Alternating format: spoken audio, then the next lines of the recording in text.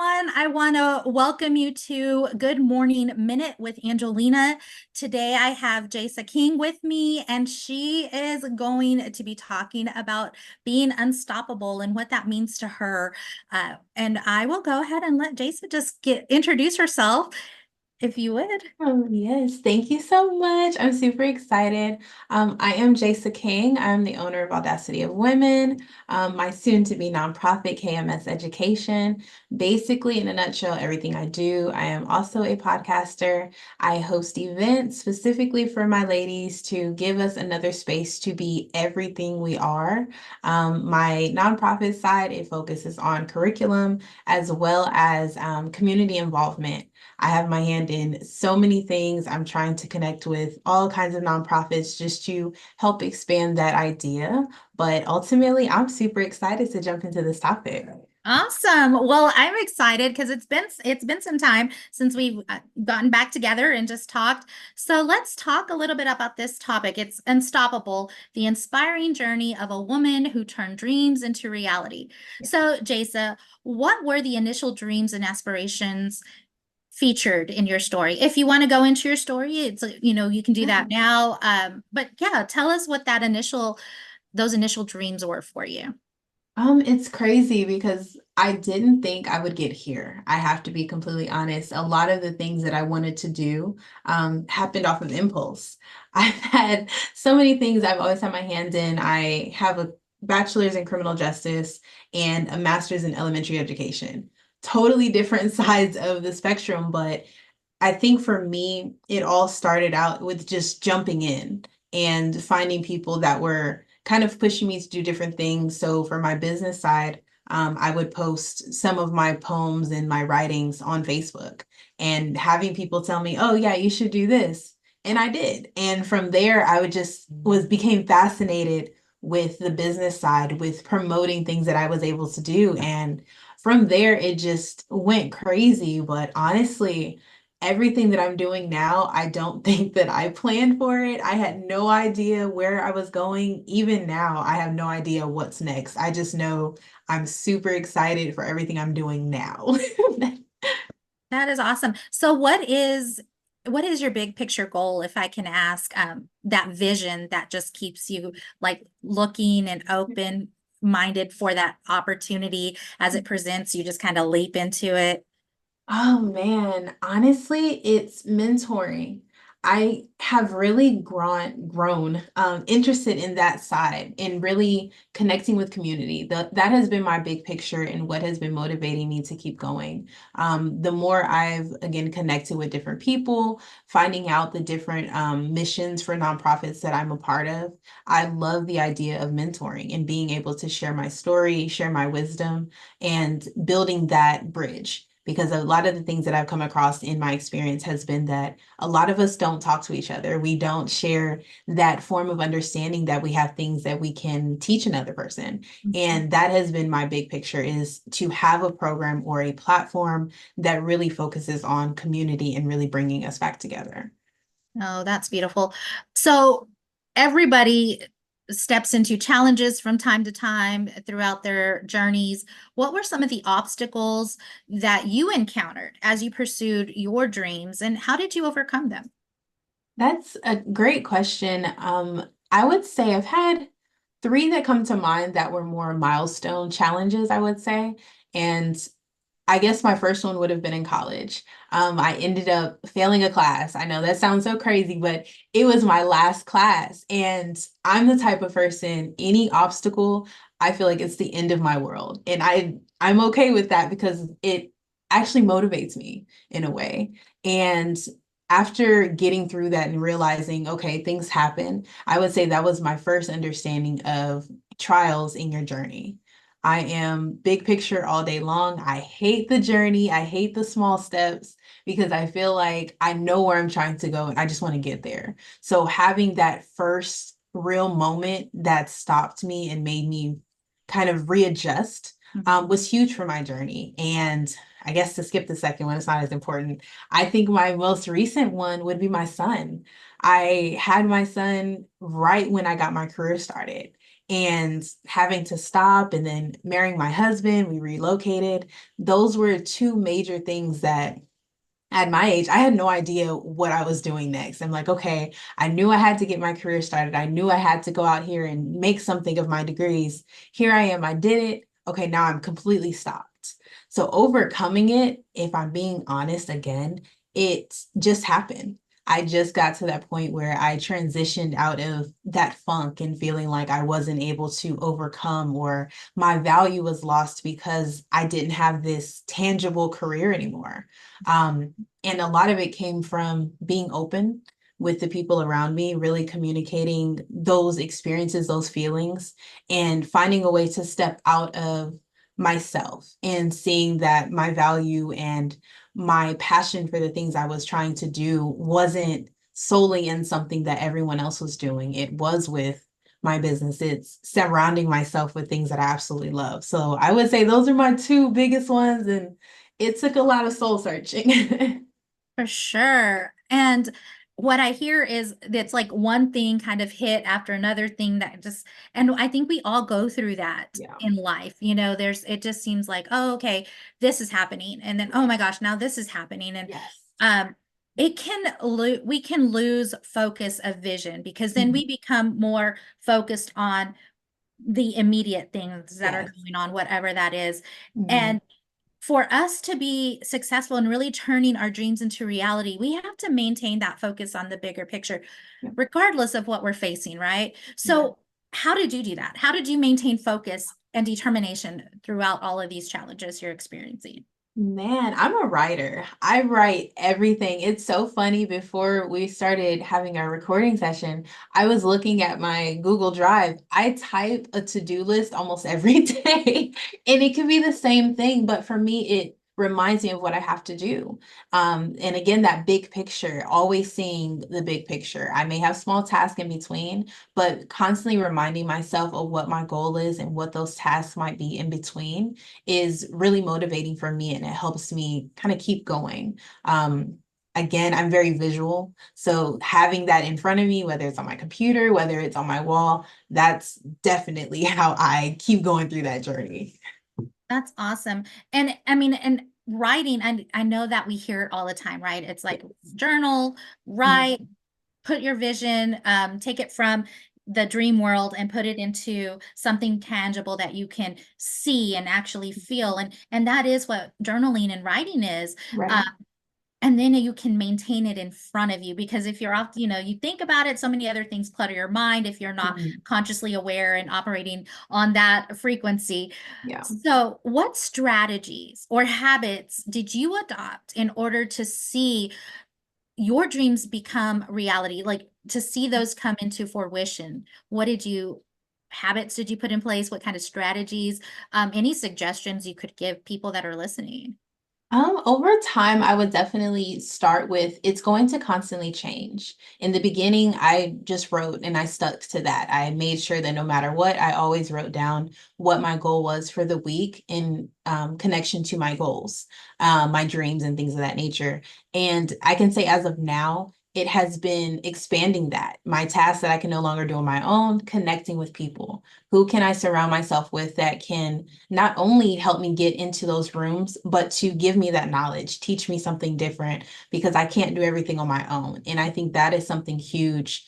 Out of all the things I had to adjust was understanding I didn't know everything, and I'm going to have to ask for help. I'm going to have to step out of my comfort zone in order to really allow my dreams to be bigger than just something small. And I think especially with new business owners or really new people stepping out into a new career, we think that it is what we can read on paper. It's so small or just this tiny little mission, when in reality, it's whatever you put your mind to. So definitely stepping out of myself and allowing me to be surrounded by people who knew more, even if it was one step more. It was just networking that has been absolutely huge for me.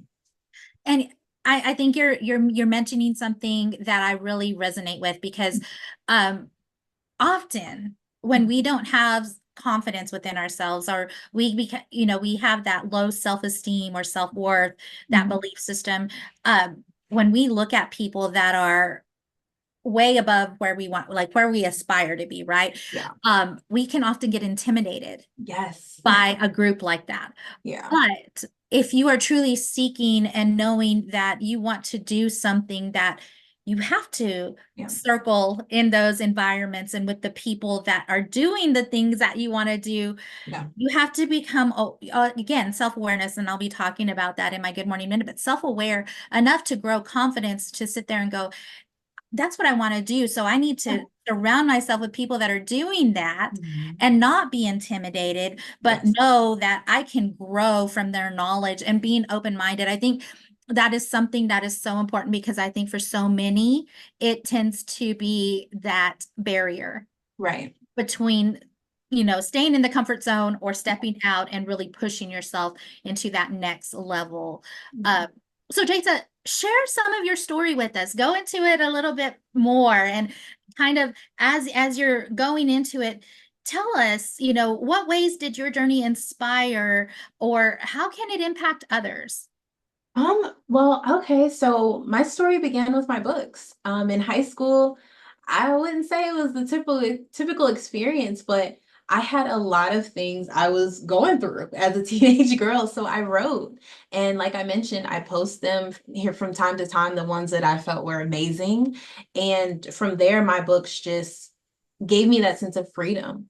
Um, Let it go for a while, ended up publishing one of my books, met someone amazing that told me I can publish it on my own because again, that imposter syndrome, thinking I was not able to do anything. I'm like, oh, okay, I'll just write it and share it with people. Learning about self-publishing, that's what took over everything, figuring out the things that you can do on your own. And from there, went to school, got my bachelor's in criminal justice, had no idea what I wanted to do with it besides working with kids. That's all I knew. And I didn't want to be a police officer. I had an idea about being an attorney, but I'm like, I'm a little weary. I don't think I want to do that. And again, connecting with people. I remember my mentor, she told me about how she was a youth counselor for the courts for a while, and I loved it. Everything that she told me about it, I knew that that was something I wanted to do. Victims advocacy, that's where I was definitely leaning more towards. And life changed. Went through some traumatic things during college and it stopped me all over again, constantly finding challenges that made me want to just clam up. Um, and from there, graduated, started another book that was able to really touch on that experience, touch on getting through those challenges, that trauma. And I remember sharing it, and as soon as it published, people I went to high school with were reaching out and sharing their understanding of it and their experiences with things that I didn't think anyone cared about. It's me, people that saw me as this giddy person that was trying to just do anything. It was nice to hear from your peers. And from there, I knew I had to share more. I had to do something. I had to connect. And that's where my podcast started, that's for sure. And I remember again, those moments where I was down and defeated, having people reach out like, when is the next episode? When you talked about this, I completely agree. Why did you ever tell me about this? And it kept motivating me to start something new. And after a while, I found myself in the trends of everyone else. And I think that's something that a lot of us don't talk about as business owners, that we get caught up trying to fulfill everyone else's desires and making sure everyone else's needs are there. We lose our passion. And again, I stopped. I think that has been the most consistent aspect of my story, is stopping. And for a long time, I thought it was the worst thing ever. I thought it was your failure. You're not even into what you say you're into. You're not passionate about it the way you are. And for me, it was my pause. It was my moment to learn what was next, to realign and understand that I had a purpose. I didn't have all the pieces yet. And now I am in a space where I'm remarried. I have my amazing son, and those two moments in my life alone were something that I've always wanted, but I didn't realize what I had to go through to get there. and how they would impact what I want to do now. My son is triracial, so that has been an amazing experience, in addition to what I like to focus on. And my goal for, again, community is understanding the intricacies of all of us and the things that we are all going through on so many levels, marriage and just developing yourself as a woman as well has been huge for me because of the things I've had to experience in my 26 years. But it's been a very long journey, and I hate to be negative, but it has been a lot of challenges. But I don't think I would be here or be capable of learning something new if I didn't have them. So I think that's my story. I don't think I've ever been asked that before. Well, and I love it. I love that you share your vulnerability because it's so true. And what I pull from what you just shared is the truth will set you free. Being able to come to terms with every challenge. And I love how you use the word pause. There are moments in life where we hit a pause and we have to, not because and then really and really understanding it's not because of failure. It's not failure, but it's because you're at this point where you're trying to process through everything that has just transpired, right? You're processing through everything that has just transpired, and you're trying to see, okay, so what's the learning components in all of this? What have I learned about myself? How have I grown? Yes. And further developed, and then how does that align with the goals that I have, and what tools or use can I pull from these Right. experiences to further my motivation and re-energize Yeah. myself to step into that next level. I see that all the time, Mhm. as I continue to work in the creative realm of Yeah. things and create things for myself. And for me, it is the very same thing. It's like Mhm. you hit this, like, and it's almost like I call it a plateau, but it's like I hit this plateau, but I know it's because I'm fixing to elevate up. And Yes. so I'm like, okay, let me just rest, because I know when Yeah. I jump into that next level, it's going to Yeah. be, more opportunities. There's going to be a lot of other things that I've really got to have focus on Mhm. so that I can save that energy and really project it in the way that I want it to go. Yes. So, Jaysa, tell me, what is it that the big picture, what is Jaysa in the future? What does that look like for us? Right now, honestly, getting this nonprofit together, that has been my baby as of late. I'm working on another book that I'm hoping to step out of the self-publish world and to really invest in a full-scale publication. Right now, those are my two. Those are my biggest things. The nonprofit I am super excited for. I'm hoping October 2025. That is the goal. But other than that, yeah, I'm just trying to get more of my story out and really establish Jaysa across every platform, nation, everything. Beautiful. I love it. So, what do you want to tell others? Like, promote yourself, girl. Tell us what you're doing. How can we connect? What's the next thing? Give us the spiel, girl. Well, I guess for now, look out for all of the events. The rest of the events for Audacity Women has been scheduled through the rest of the year. I have something every month. So definitely support them. All the tickets are available. I am available in every way, shape, or form on my website, audacityofwomen.com. What else, y'all? I have so many nonprofits I am a part of. We have events as well. That is also available on my website. You can reach me on Instagram at Audacity Women. Um, Really, my personal page too, Mrs. underscore Jaysa King. Guys, I'm everywhere. I'm doing so many things. My podcast is on Spotify and Apple Music, She O Talk, and Contrary to the Culture. So definitely connects with me. I have so much going on for really anyone. Where can we get your books? I know you've mentioned a couple that are published. Girl, go ahead and plug that in. My books are actually on my website as well. I have direct links to every network that they're used for Okay. on my page, as well as Amazon. If you search it on Amazon, they are there as well. Hashtag Raw is my most recent one, but again, they are all on my website. You guys can shop everything that I do on there. Awesome. Well, Jaysa, I want to thank you so much for taking time to meet Yes. with me today and share a little bit about the things that you're putting out in the world to impact others, women, children. Love it.